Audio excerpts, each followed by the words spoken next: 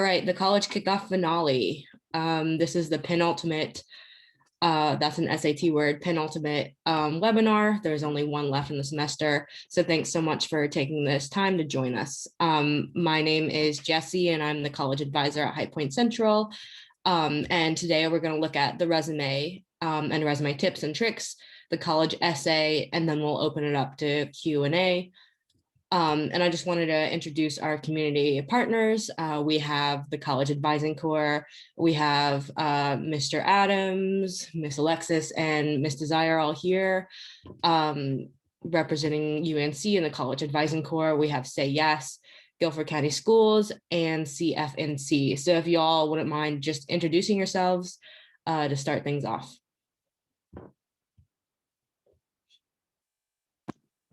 Sure. I guess I'll hop in first so we don't all talk over one another. So my name is Brandy Kennedy and I serve as the Assistant Director of Student Outreach and Post-Secondary Access with Say Yes Guilford. So thank you for joining us again tonight. We are excited to not only help you thinking about getting ready for college, but also your career or internships or things you may do over the summer. So thank you all for joining tonight. And I do want to say good evening to everyone. My name is Tequila Barnes Hall. I am your regional representative for College Foundation of North Carolina.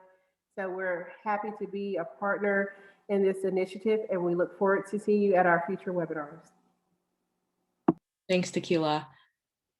And if the college advisors also want to introduce themselves. Hi, my name is Alexis Baker and I'm the college advisor at high school. Okay, and I am Mr. Adams. I'm the college advisor. I am Miss Spurgeon. I'm the college advisor at Dudley High School. Thanks, everyone. We're so glad that you're here. So we're just going to go ahead and get into the resume. This is going to be my part, and then I'll turn it over to the other advisors for their bit. But the resume, let's go ahead and get started. Again, my name is Jessie and I'm the college advisor at High Point Central. Let's just go ahead and talk about the importance of resumes. Resumes are a single sheet that can tell a lot about a person. It's a log of what you've accomplished in the past couple years of high school. If you have been in high school and you're a senior, you have 4 years and summers included of things that you have done, accomplished, led, etc. So there's a lot to work from. Good for colleges, scholarships, jobs, and recommendation letters. So sometimes colleges require that you submit a resume, so it's good to have one polished and ready to go to submit. Oftentimes scholarships will ask for an essay and then they'll also ask for your resume. So it's also just good to always have a copy ready to go. Jobs will always ask for your resume and it's always a work in progress. And also it's really helpful to have a resume to hand to your teacher, professor, coach, whomever for recommendation letters. This will give them a sense of what they're working with as you as a student, but also you outside of the classroom. And so this allows you to chime in on really important achievements and document what you've done over the past 4 years. And it's a place where you can show yourself off and everything that you've done throughout your 4 years of high school. So what to include? High school resumes are going to look a little bit different than college resumes, and they're going to look a little bit different than job resumes. So since you are a student, you'd like to emphasize your education, definitely put this at the top, list any academic awards if you were student of the month. If you won honors or any other achievements, definitely put this here.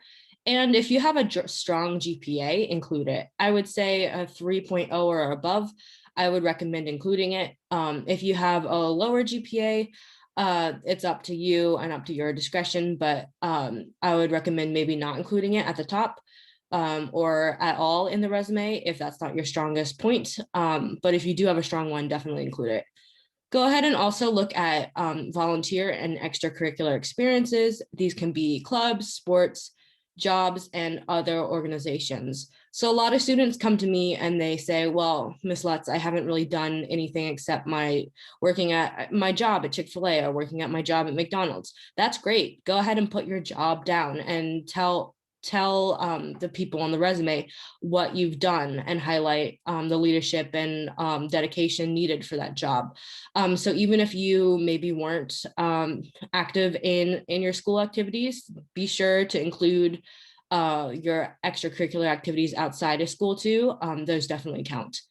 Go ahead and also highlight leadership experience. If you are a captain of a sports team or the president of a club, definitely go ahead and include that as well. If you lead a shift at your job too, or you have any type of leadership where you're using your leadership skills or working with people, go ahead and highlight that too. And like I said, go ahead and list your skills. For example, if you have computer skills, if you're CPR certified, if you're self-motivated, things like that, definitely go ahead and include them. So now I'm just going to talk about a little bit about soft skills and hard skills. So hard skills and soft skills are both recommended to put on your resume. There are two types. Hard skills are measurable, they're easily defined, and they're very specific. So examples are like if you are keen on bookkeeping, if you are CPR certified, or if you are proficient with analytics or Microsoft Word or something like that, that would be a hard skill. Soft skills are harder to measure, they're difficult to define, and they're universal. So a lot of folks can have them. So examples are creativity, critical thinking, and like I mentioned before, a big component and an important part is leadership. So go ahead and make sure that you're including both hard and soft skills when you're doing your resume. So do not include, this depends greatly on where you are in the world, but here for right now, try not to include photographs of yourself. The word I, so don't say I worked at Chick-fil-A, I was on the soccer team, just try to avoid that and focus on descriptions instead of the action verbs to describe what you did. Irrelevant or old experiences. So if you won an award for best student or line leader in second grade, you don't have to list that. Keep it to the 4 years of high school. Maybe if you have something exceptional in middle school, like you were a leader of the Boy Scouts or something, you could put that. But yeah, try to keep it to your 4 years in high school for your high school resume. And go ahead and list the experiences that you're most involved with or enjoyed. So the resume is going to be one page. Sometimes you can't fit it all, and that's okay. Just try to prioritize the things that are most important to you and something that you've been most involved in. So if you have done sports from 9th through 12th grade, that looks better for consistency than only trying band for a couple weeks and then quitting. Make sure that you're not using empty language, so describe your actions rather than yourself. And also try to avoid putting poor academic achievements on your resume. Everyone makes mistakes, etc., but go ahead and only include your GPA if it's high. It's not really required for a resume, and it can kind of make you stand out and not in a positive way, putting on poor academic achievements. So try to avoid that if you can. And I'm just going to go ahead and show you the sample resume. So you should be able to see my screen. Let me know if you can't. But here is a sample resume. We have Jane Doe at the top, the address, phone number, and an email. Make sure, just a hint, make sure that this email is professional. Make sure that it has your name and last name preferably, or even your school email, but make sure that it is nice and tidy and professional.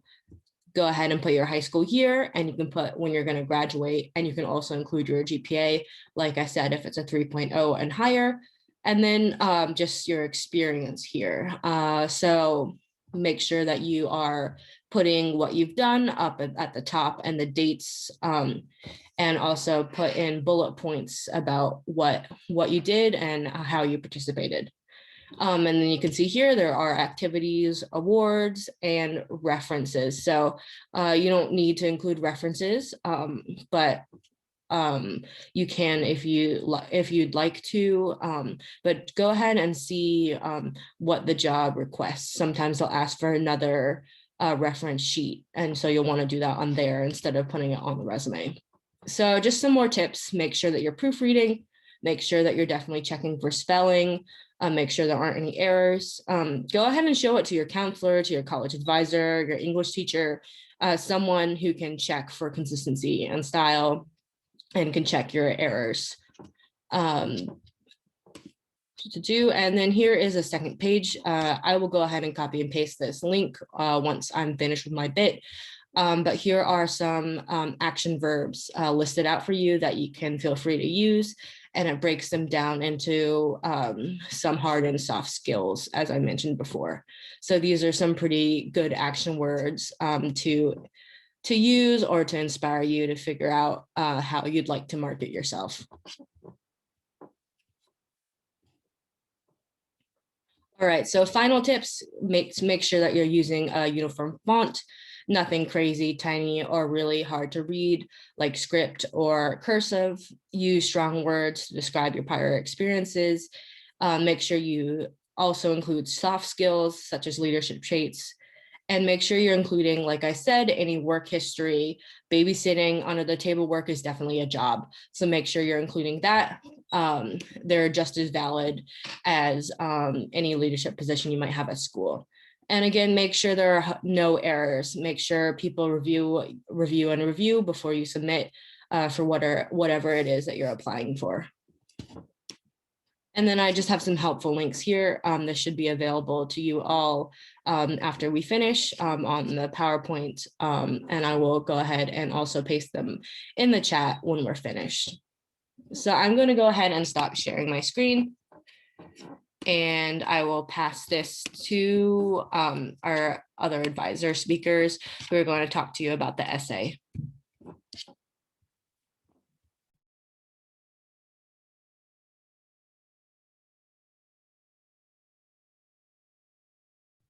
Frank, you're muted.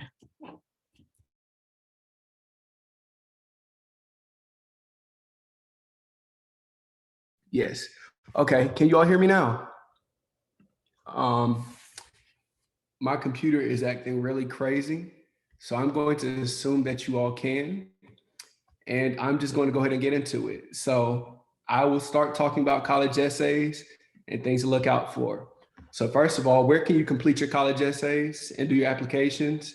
Well, you have the Common App, you have cfnc.org, you have Coalition, and specific school websites.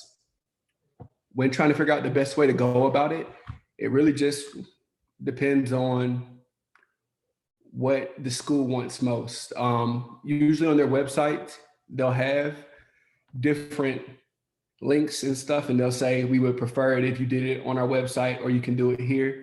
It's really up to you. It's your choice. Next.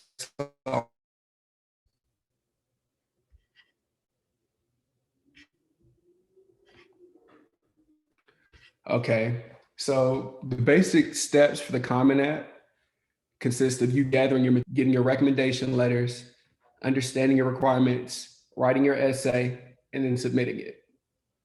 As far as differences between it, you get to add specific schools, but the good thing about the Common App is you only have to write one big essay, which will be 650 words. As far as specific colleges go, if you're doing it through the Common App, some schools will have specific essay prompts that are smaller, that may be somewhere around 200 words. But because we're talking about essay writing, 650 words to showcase yourself outside your GPA and your grades, and let the recommenders really get to know what you are and what you do. Next slide, please.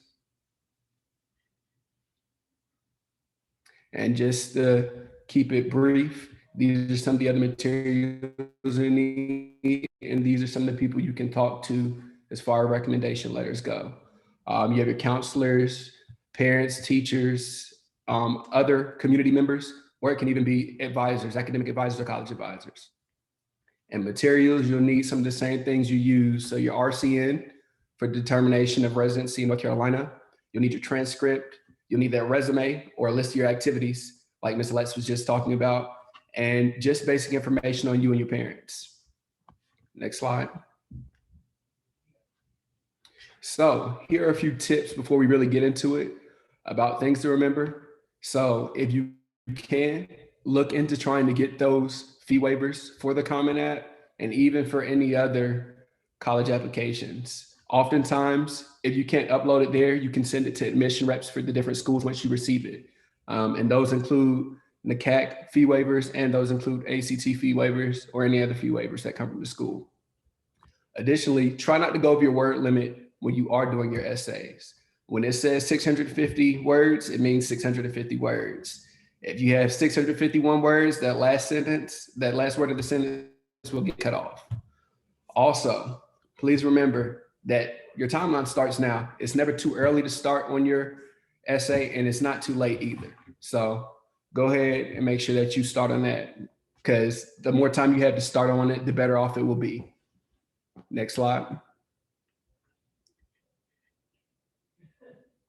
Okay, so really getting into the role of the essay. Essentially, the essay is the portion where you get to express yourself and show who you are besides what they see on paper. You know, they're going to look at your GPA, they'll look at your test scores, and they'll see what you did at school and in the community. That's all fine and dandy, but this is where you can really differentiate who you are from some of the other applicants that are applying to the school. So you get to show your voice and show who you are. The admissions reps will be looking at your writing style, your language usage, the way you organize the content in your essay to see whether they think you're a good fit for the school and whether they think that you have the potential to grow while you're in that school, or they think that it would be overbearing. Also, it allows you the opportunity to add information that you weren't able to put into other parts. So there are extenuating circumstances of how you're living at home, or if you've had certain experiences while growing up that made things different or that gave you a certain perspective on life, this would be the perfect time to talk about that. All in all, this is just the best way that you can make your case for admission to the school that you're interested in. And now I'll let Ms. Alexis Baker take over from here, and she'll describe the rest of the essay process.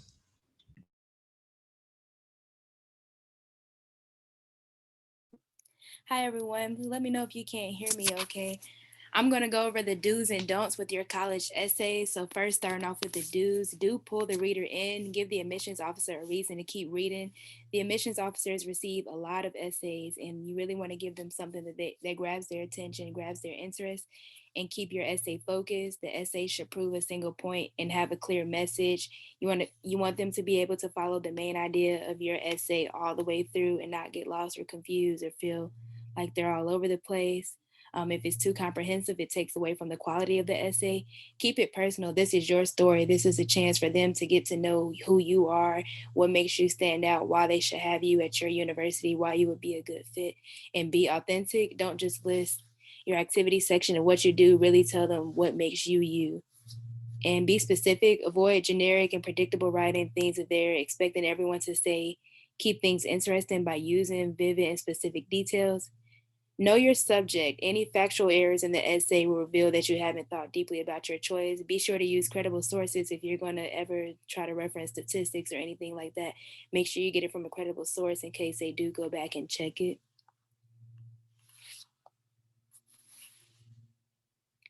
And for the don'ts, don't tell them what you think they want to hear. Bring something new to the table. They hear a lot of flattery, maybe that their university is prestigious or why everyone should want to attend there. Bring something new to the table. They hear about those charms often. Don't write a resume. Your resume is already included that talks about your GPA, or may include your test scores. It repeats. Don't repeat that information that they can see on your transcripts or your grades or anything of that sort. You do something else that sets you apart. Talk about something else that sets you apart. And with that being said, don't use 50 words when 5 will do. Don't just drag out the sentences. Try to be short and direct and to the point. And that's also more powerful when you just have those more direct statements. Don't use slang. Try to use the proper grammar and punctuation. It is an essay, not an email, not a text message. So try to avoid excessively casual tones. And don't forget to proofread. Make sure you mention the correct school. You don't want to talk about Harvard in a Yale essay or something like that. So make sure you mention the correct school. Go back and check everything.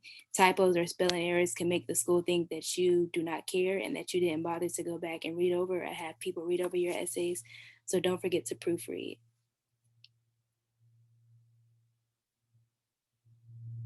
And here is a list of the essay prompts that they use for the 2021-2022 school year applications. As you can see, they're asking about different backgrounds and identities, times where you've questioned or challenged a belief or idea, or even they have options to talk about something of your choice. So again, try to really make sure that those schools have a chance to see who you are and what makes you stand apart, why you should be selected for their university, and what you think they should know about you. If you have any questions, please feel free to reach out to your college advisor, your counselors. They can also help you brainstorm, your English teachers. All these people can help you brainstorm and try to decide what your essay should be about and which one may be most effective for you to use in your applications.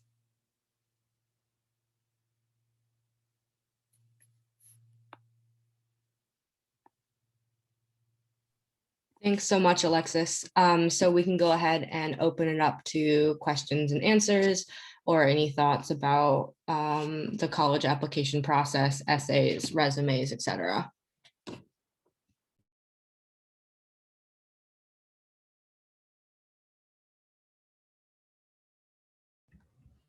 Quickly, I will say, also keep in mind, we did say this is for the college application essays, but also remember that when you're doing your scholarships and stuff, a lot of the times the essays will be the same. So when you write, sometimes you can interchange certain parts that will apply for one scholarship to another scholarship essay. So when you write these essays, don't just write them and then delete them. Keep them around because you can pull and choose from it to put it together.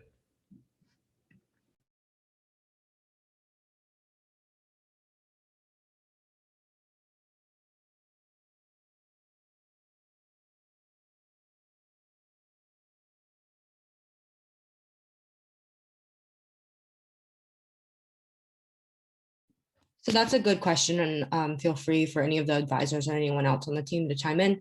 But advice for a student who's always been an A student and then grades dropped due to COVID.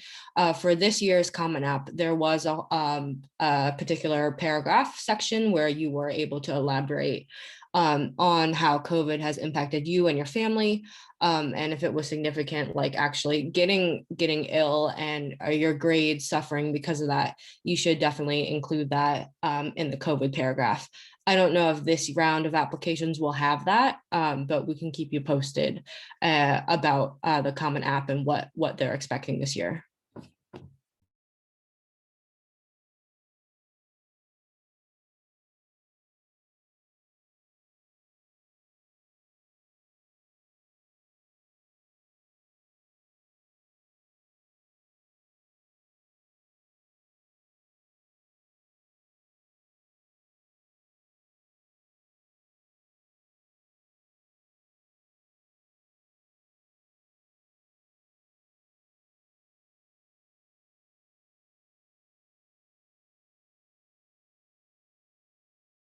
You're welcome. And if anyone wants to share in the comments what they wrote their college essay on, or how they were inspired to pick their topic, that's great too. Jesse, I wanted to add that I know oftentimes, and this may look a little bit different in a virtual environment, but oftentimes, particularly your English teacher will have you write an essay as a general consensus. Usually your 12th grade English teacher, but just in thinking about keep reusing this essay, obviously tailoring it to various prompts, but just working smart in the sense that you want to ensure that you are able to continue to just build on and add on to your essay. So did you, maybe you weren't involved in a lot of extracurricular activities, but you are a shift leader at Chick-fil-A. So you have the opportunity to talk about your leadership, your development, your time management there. So I really say like this is an opportunity to give your brand to, did you have low test scores? Do you have test anxiety? So these are opportunities or explain things that may not look the best on paper, or you feel like that they need further explanation, or just the number, like your GPA doesn't show that, particularly with COVID. And I placed the prompts in the chat a little earlier and I can place them again, but there are some open prompt essays that are often optional, but these are perfect opportunities to talk to admissions staff and tell them your personal story. So Maybe you didn't have a laptop when COVID first started, and that really caused a decrease in your grade. That's an opportunity for you to tell them rather than to just limit yourself. And yeah, not all, as Frank said, not all require them, but oftentimes they may be put as optional. I strongly encourage you to do them because they can often lead to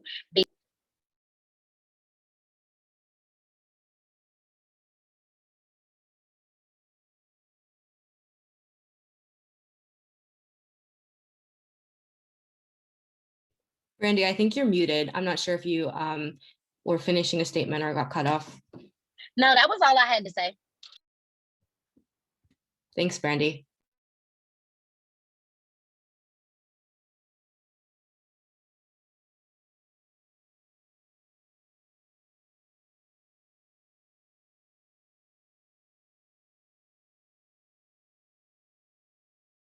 So we've got another question. What about standardized tests? Are colleges still wanting the scores?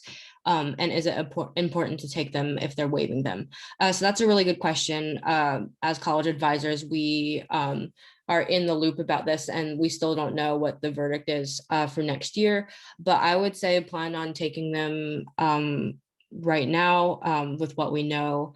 But if you want to go ahead and take a look, there are schools through COVID who have decided that they're going to remain test optional indefinitely. So definitely go ahead and check out those schools. If testing isn't it for you, there are definitely options with or without testing. Also, some scholarships may ask for test scores.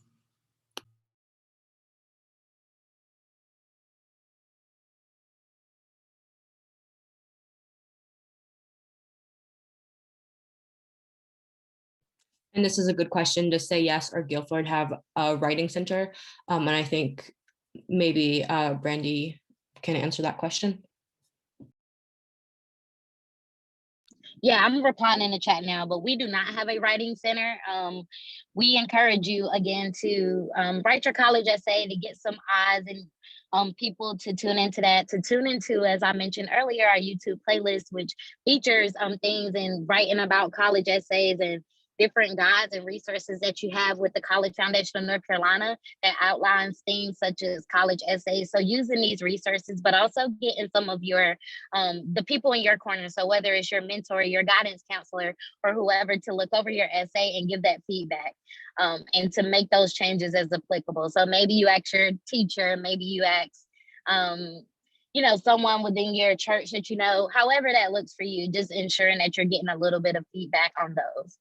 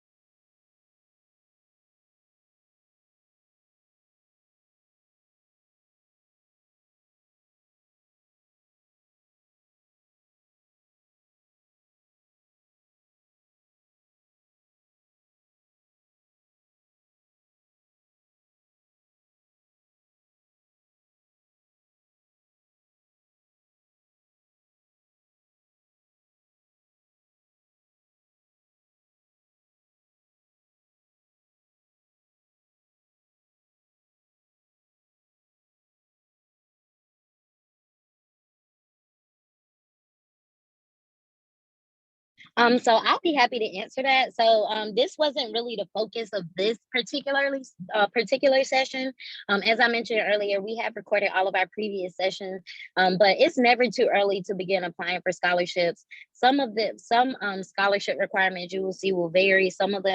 Most of them are particularly for high school seniors, but even as juniors and as early as sophomore and freshman year, you can begin looking. So an example I know of is if you've taken a PSAT and your score has been reported, and you can be considered for a national merit-based scholarship and through the College Board. And so that's an example of how even earlier than before your senior year, you can begin applying. So particularly for, say, as Guilford, you apply during your senior year. But that is just a few examples. But it's important to begin looking at them because typically these scholarships come around every year. And so even if you begin looking in your junior year, that'll let you be able to plan a timeline and sort of a landscape for how it may look, or the dates that you need to get ready for or be looking around for the next year. And also, Brandy, I just want to let everyone know we will have a presentation on next week that's specifically going to be talking about Cash for College. And so if you're able to join in, that'll be a great time to come back and we can address some of those questions a little bit more as well.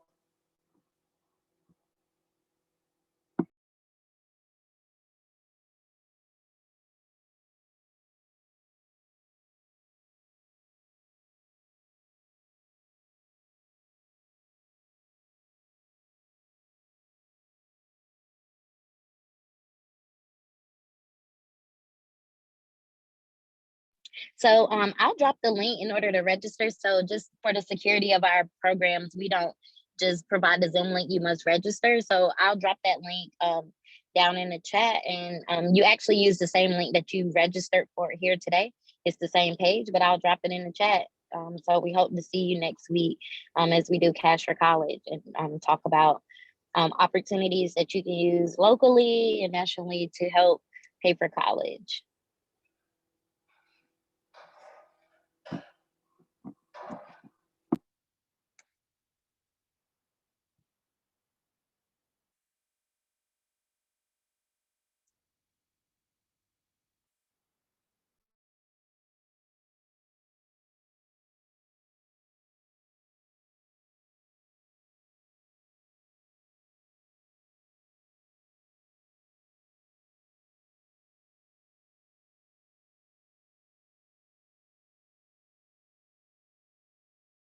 That's a great question. All of us went to Chapel Hill, but I think Desire has a good perspective as a second year advisor. If a Desire would like to speak on that. Also Tequila, I attended UNC Chapel Hill for undergrad. Tequila attended UNCW, but for graduate school, I actually attend UNCG. So very different institutions. But yes, feel free to chime in, Desire.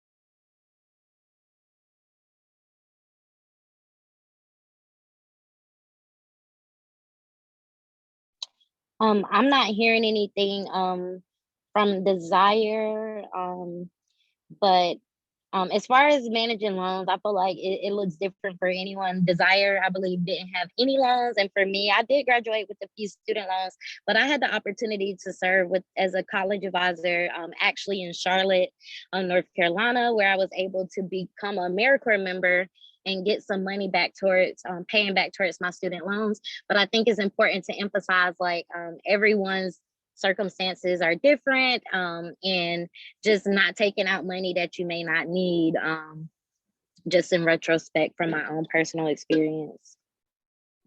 And I will kind of chime in too. And so as Brandy mentioned, I did attend the University of North Carolina at Wilmington, and I did take out loans. And what I'd like to say too is that, loans do a whole lot. So one, a lot of times students don't have any credit. And when you get out in the real world, you definitely want to have, some type of credit. It depends on how you handle loans. You want to make sure you're handling them responsibly. So like Brandy said, and some of my colleagues said tonight, don't borrow any more than you absolutely have to. So they can be good, they can be bad, just depending on how you handle it. And just, as as students graduate from college, they need to make sure that loans are part of their budget. So I know they're going to have other expenses, housing, car, food, whatever, but you're going to have to make sure you have those loans as part of your budget. So it can be really good with managing. It's just, asking questions. And I don't know if anybody mentioned this, but before you actually take out loans, there are loan counseling sessions that are going on. And also when you exit the institution before you go into repayment, there are excellent loan counseling tools available. so that students understand their rights and responsibilities. So we want to make sure that students are going to be successful when they are borrowing.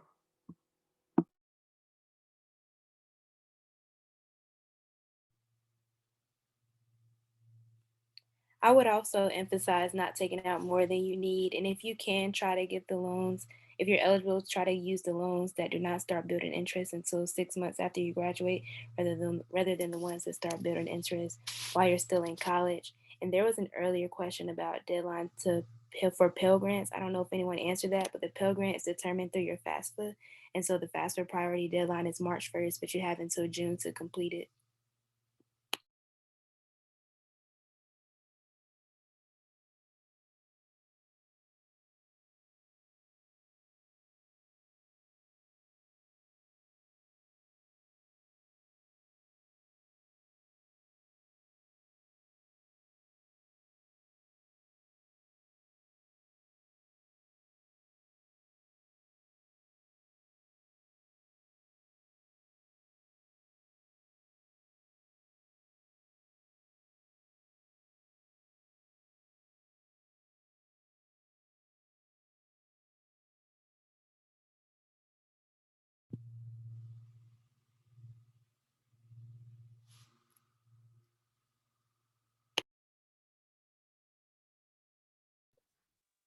Good question. So an important date with the FAFSA is October 1st. So if you are a junior and you end up completing the FAFSA now, you'll have to redo it in October. So October 1st is when you're going to want to start doing that process.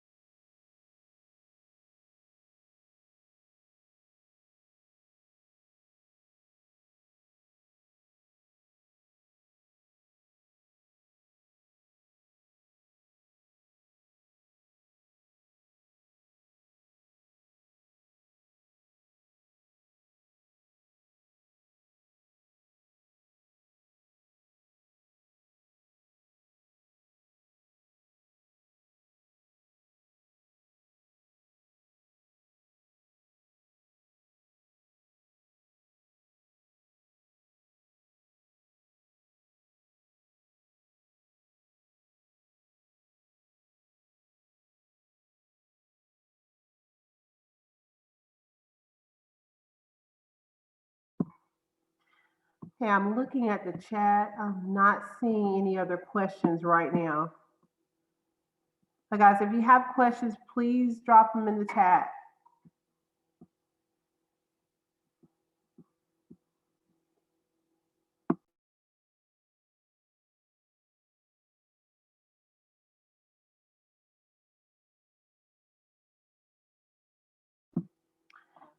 Advisors, are there any other questions or comments that you want to address? I'm not seeing anything else in the chat at this time.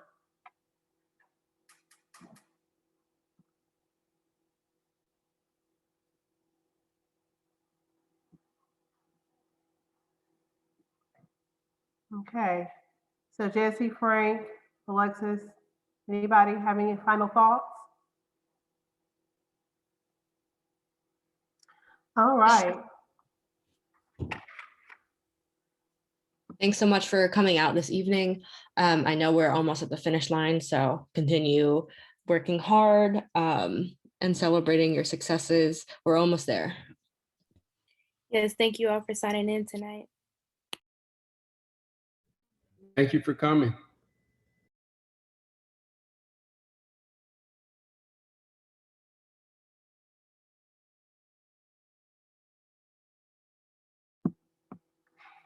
Okay, guys, that looks like that's concluding our webinar for this evening. Again, we want to thank you so much for attending this evening's webinar. Please visit, the link that was dropped in the chat, because we do have one more webinar that's happening this month, and that's going to be on next week, On April 29th at 6 p.m., we're going to be talking about cash for college. So we want you to come, and we also want you to bring somebody with you. So thank you so much for joining this evening, and we hope to see you on next week.